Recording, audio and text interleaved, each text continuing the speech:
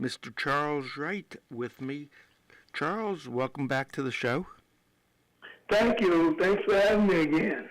It's my pleasure. You just wrote a brand new book, Up From Where We've Come.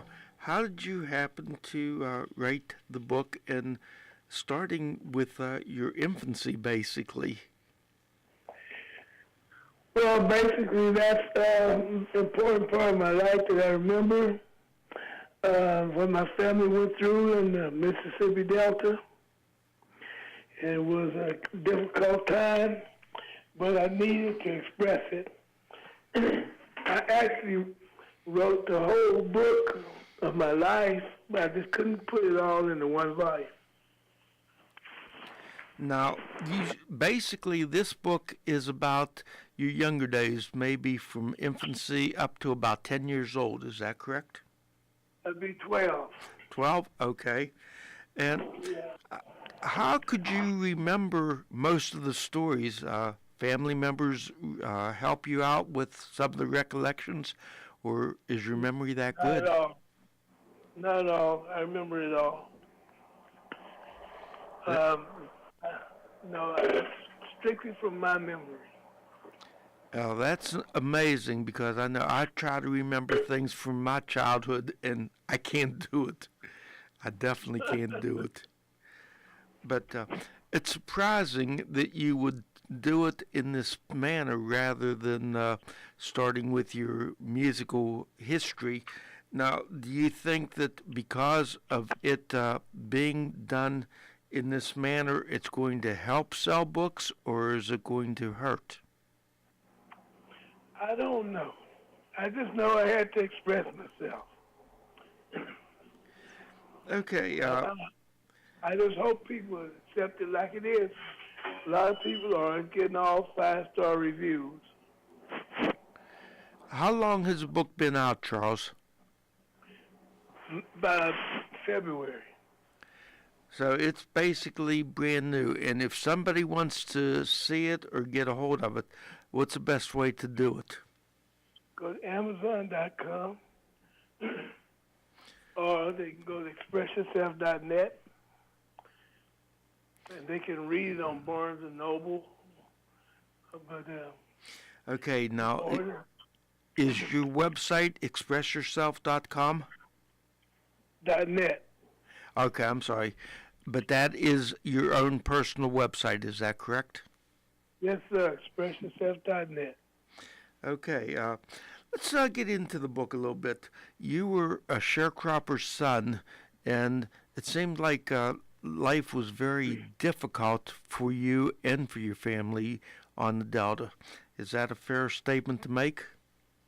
It is. Sharecropping. There's nothing easy about it. It's actually the next link from slavery.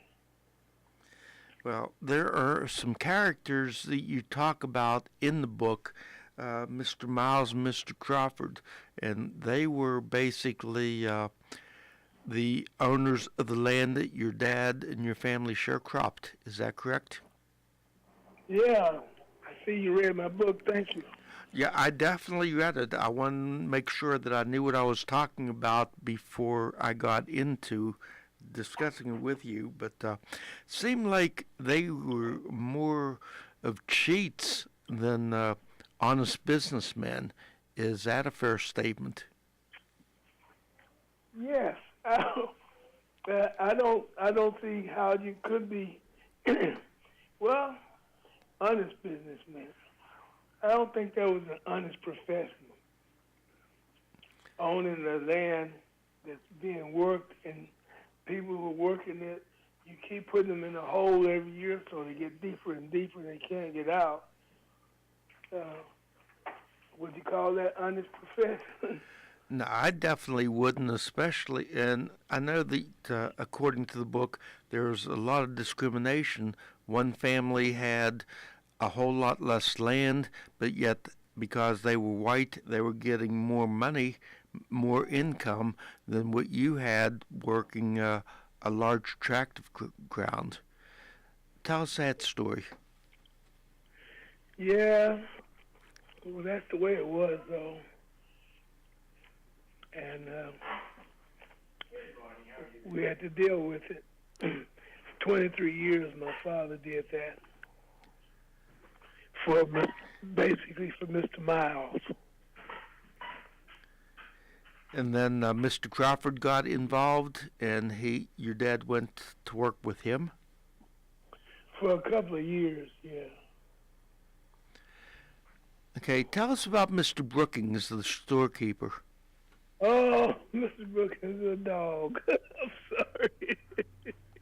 He was a mean old person.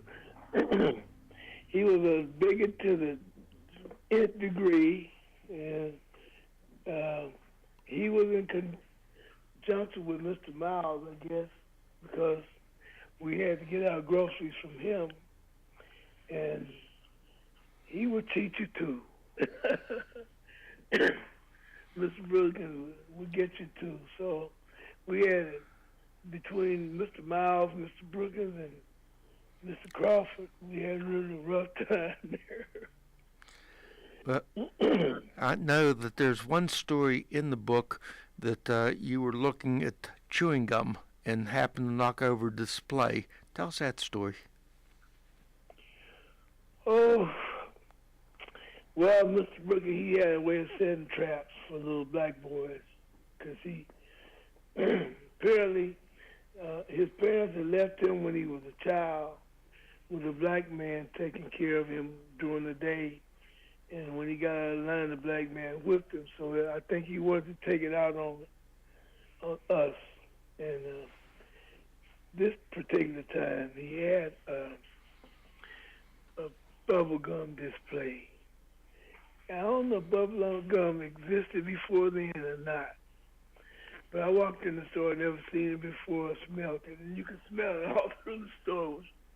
And had these beautiful packages.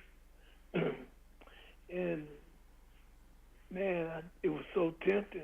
And it was a hot day. I walked past it 3 or 4 times. Before I knew it, I was holding a piece of it in my hand, and I looked out the window, and Mr. Brookins was outside pumping gasoline for someone in their car. And he saw me, and I could see a delightful look on his face that he saw me, and he thought he had me, but I didn't chew the gum. I tried to put it back, the one that I had.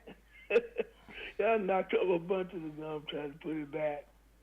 I never did pick it up. I tried to put it back together. He came in the store.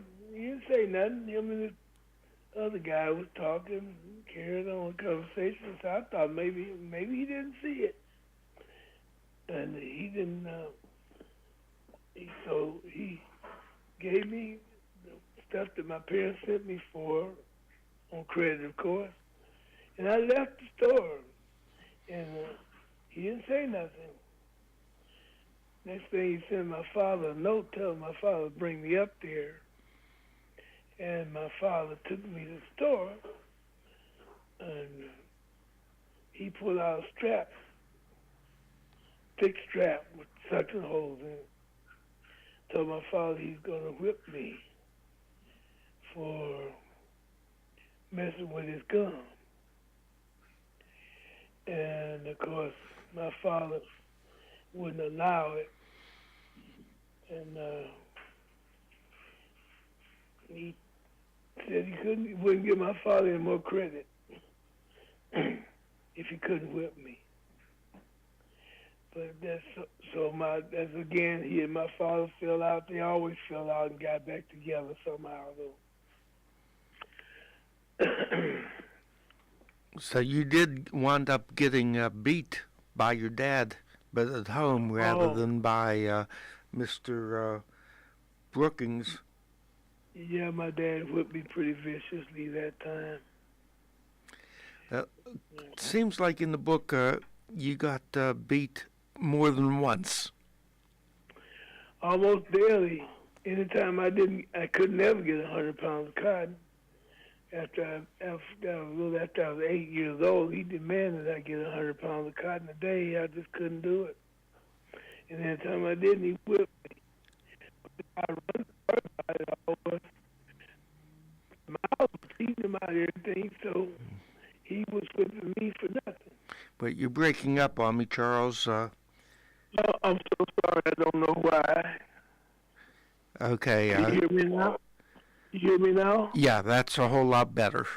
Yeah, I was saying that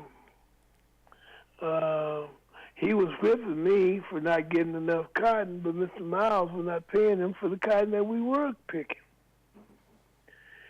And he found a way every year to cheat my father out of whatever he thought he had coming. Okay, one other character I want to ask you about is Leo. Seemed like he stole your dad's car, but legally. And his girlfriend. Yeah, Leo was something else. And he wound up dying relatively young, didn't he? Yeah, he was pretty obese, you know. And, yeah, he died while the fight was going on between Joe Louis and Max Millen. He actually died at that point. Yeah, he bet a lot of money on that fight and thinking Max was going to beat Joe Louis. And when he lost, he gave it up, basically. Yeah, well, he had a heart attack, yeah. I think he had a bad heart all along, but yeah, that did it. Okay, you have a relatively big family too, don't you, Charles? What, 8 brothers and sisters or 10? Actually, it was 14 of us. Wow. Yeah. I know you talk about Frankie D quite a bit. He's your younger brother. And yeah, he followed me around everywhere I went. Now, is he still alive today? And if so, what's he doing? Yeah, I just saw him this week. At least I think it was Wednesday. He's retired now, but yeah, he's around. And what about Edna Ray? I know she used to torment. Edna Reed died way back in '68. I'm sorry to hear that, but it seemed like she used to torture you in the cotton fields because she could pick better than anybody else. That's Jessie May. She's still around. Jessie May. Oh, I'm sorry. I got the wrong sister then. Yeah. Yeah, Jessie May. She still tortures me. And tell us a story about your brother McLean. It seemed like he had some difficulties with the law at one point. Well, actually, you know, the strange thing about it, back in those days, it wasn't, I mean, he actually killed my sister's boyfriend. But he did accidentally. Nobody prosecuted him. He just ran away. And that's about what happened with that. He ran to Memphis. Oh, he did have a problem with the law about some petty stuff with some furniture. He owed money on some furniture to Mr. Gentleman's furniture store, and they were going to kill him. And my parents had to go and warn him before they got to him, and they barely got to him in time to keep him from losing his life, because the Ku Klux Klan was surrounding this house that evening and burning it up. Well, he got out of it, and he later became a preacher, didn't he? Yeah, he became a preacher, quite a preacher. I can't say he was the straightest preacher in the world, but he was quite a preacher. Well, hey, he got the job done. That's all that matters. Yeah. Okay, the book is Up From Where We've Come. It's available on Amazon. Is that correct? Yes, it is. And is there going to be a sequel to the book,